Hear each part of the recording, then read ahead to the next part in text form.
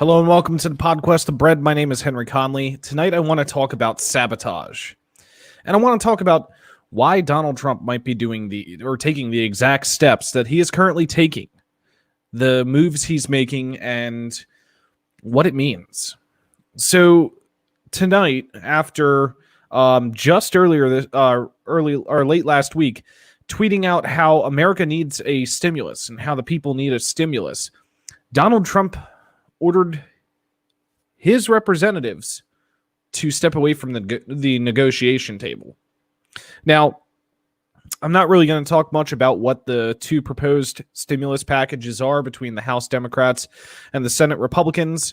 I'm going to highlight one specific piece of that just because I recognize how important this is to American people. But I want to talk more about why. Why is he doing this and what is the intentions? So earlier today, Trump put out a 4-part tweet. Nancy Pelosi is asking for $2.4 trillion to bail out poorly run, high-crime Democrat states, money that is in no way related to COVID-19. We made a very generous offer of $1.6 trillion, and as usual, she is not negotiating in good faith. I'm rejecting the request and looking to the future of our country.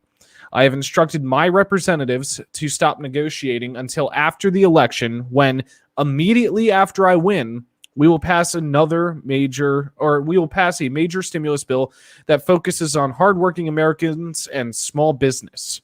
I have asked at Senate Majority Leader Mitch McConnell not to delay, but instead focus full-time on improving my outstanding nominee to the United States Supreme Court, Amy Coney Barrett.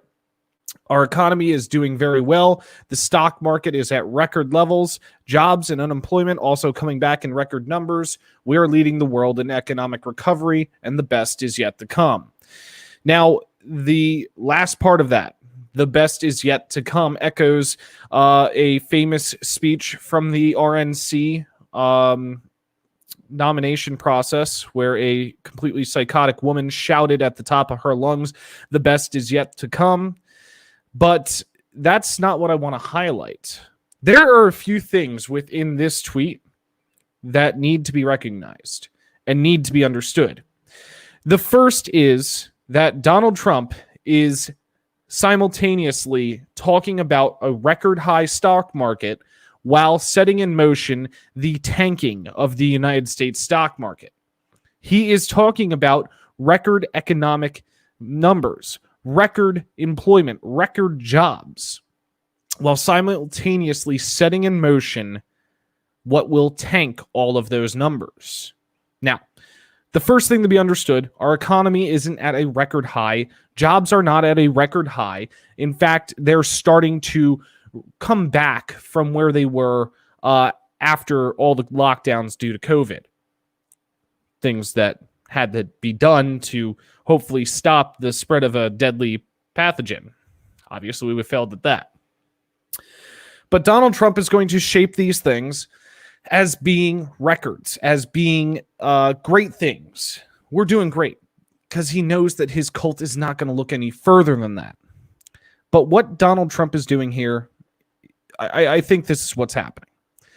Today, poll numbers came out that showed Joe Biden and Kamala Harris at least 16 points ahead of Donald Trump and Mike Pence. Donald Trump is recognizing that he has pretty much lost this election. His re-election bids are shot in the foot. And he's seeing that, and he's setting up a few plays. The first is he wants to set up Joe Biden, Kamala Harris coming into the executive branch. He wants to set them up coming in to record economic downturns, a depression or a recession. He is literally working to sabotage the United States economy. He's losing. He's throwing a temper tantrum. He is setting up everything he can to make their first term horrendous.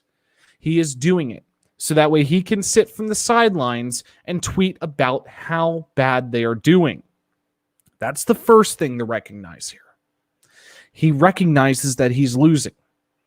He's setting up an economic downturn. But there's one thing many people I've seen talking about this are glancing over big time. And that is this part where he told Senate Majority Leader Mitch McConnell not to delay, but to instead focus full time on approving my outstanding nominee to the United States Supreme Court, Amy Coney Barrett. That is something to focus on for a reason. Donald Trump recognizing that he is losing and that he is more than likely going to lose the election and therefore not be reelected president of the United States is, instead of focusing on the people, instead of making sure that the people of the United States have the things they need to survive, making sure that they have the money to keep a roof over their heads, to afford to eat, all these things, he's focusing on his legacy. He's focusing on setting up what his legacy will be. And his legacy will be the most conservative Supreme Court we've had in a long time. And his legacy will be a Supreme Court that overturns Roe v. Wade and that overturns other landmark decisions that bridged equality in this country. Recognizing that he is losing, he is telling the Senate Majority Leader to go full bore. Pass through this nomination real quick. Confirm it. Get it done. I have a month left. Get it done. That is what he's doing. He's more focused on himself. He's more focused on his legacy. He's more focused on what the history books will say about him in his head. And so, with that in mind, he is building his legacy. This is what we're going to see between now and November 3rd, and then between November 4th and January 20th, when hopefully he is taken out of office. We are going to see Donald Trump putting the American people to the side. We're going to see Senate Republicans and House Republicans capitulating to him to allow him to do what he wants to do. We're going to see him literally building his legacy while simultaneously tanking the country and sabotaging everything that this country has. He is going to do everything in his power because he is a petulant child to ensure that Joe Biden and Kamala Harris walk into a flaming dumpster rolling down the Rio de Janeiro River while surrounded by wildfires. He's doing everything he can to make this horrendous because he knows he's done. But there's just another thing in my head. Just something else I was thinking about. Why would someone running for re-election, running on this idea that he is building this great economy, this unbelievable economy, he's bringing back jobs, he's lowering unemployment, he's doing all these great things. Why would someone do this? And this is where I possibly need to put on a tinfoil hat, because it's a little bit of a conspiracy here. I don't think he wants to win. I don't think he wants to win re-election. I think he realizes he's bit off way more than he can chew. That when he entered this race back in 2015, he bit off way more than he could chew. This is a lot harder than he thought it was going to be. Being the president of the United States and running a functioning government when you can't even run a fucking casino is a very hard task, apparently. And he knows this. So what better way to set it up? What better way to set up him losing the election than this? He sets up all the things that lead to him losing. Then he can spend the rest of his miserable life, which hopefully he won't have to worry about. Hopefully he'll be in jail. Hopefully there's some real good sealed indictments. But if he manages to avoid that, he can spend the rest of his miserable life tweeting about how shitty this country was to him. How the Democrats conspired together with all these foreign countries to ruin his re-election chances. How the Democrats did this and the Democrats did that, and they're evil, and the leftists are taking over the country, and the anarchists and all this. He's setting it up because he knows that he's bit off more than he can chew. I was talking with someone else today, a friend of mine, and she theorizes that he's been this way since day one, since he rolled down that escalator. When he got the RNC nomination in 2016, her theory is that he had a no shit moment. And then continued on to theorize that when he won the election, he really had an oh shit moment. And this is the culmination of that oh shit moment. Don't know if I'm ready to go that far, but I kind of can see where he's possibly tanking this on purpose. Now, I was going to talk about the House bill a little bit. And there's one specific part of that bill that I think is insanely important. It needs to happen. And it's only the House Democrats that are actually proposing this. Senate Republicans have not even said a damn thing about this. The House Democrats proposed a 12-month moratorium on evictions and foreclosures. That's massively needed right now.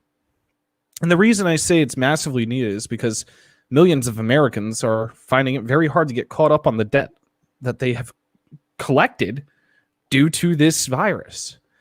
Millions of Americans are figuring out how to scrounge up $10,000 to pay back rent or back loan or back payments on their mortgage. Millions of Americans are literally facing eviction or foreclosure, being kicked to the streets during a still kicking pandemic. No matter how much they want to tell you Trump beat this, he hasn't yet. The House Democrats are the ones that were actually talking about a solution to this. They were actually talking about making sure that families stay in their homes, recognizing that that home is where many children are virtually learning right now. That home is keeping them secure and safe during what potentially could be future lockdowns. Because again, this virus is not done. We're entering flu season. This virus is about to have an uptick in cases. House Democrats cared about that. Senate Republicans didn't do a damn thing about it. And I have a feeling that's where they're sticking a lot, is how to cope with those two opposing views. But the major takeaway here still is this. Donald Trump is literally putting everything into tanking this economy. He did it when he got COVID, and now he did it again today. He talks about how the stock market is up. It closed down today. The S&P 500 closed down today. The Dow closed down today. This caused it to tank because his own Treasury Secretary, Mnuchin, said that with how ailing this economy is right now, that it needs a stimulus. It needs a bailout. It needs it. They were very crystal clear about how important this is to protecting the economy and to protecting everything from going into full-blown downward spiral. And Trump's willing to do it. Also, he can get that Supreme Court nominee pushed through and confirmed before he loses November 3rd. That's all this is.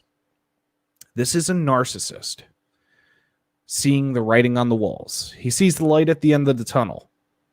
He knows where this is going.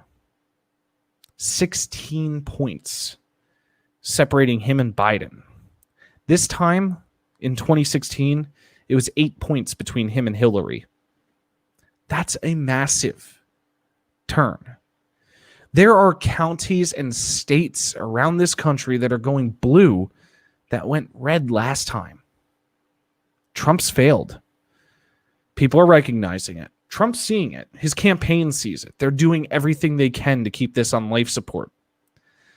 But while they're trying to keep the campaign on life support, he is ready to pull the plug and sabotage everything you and I need to survive.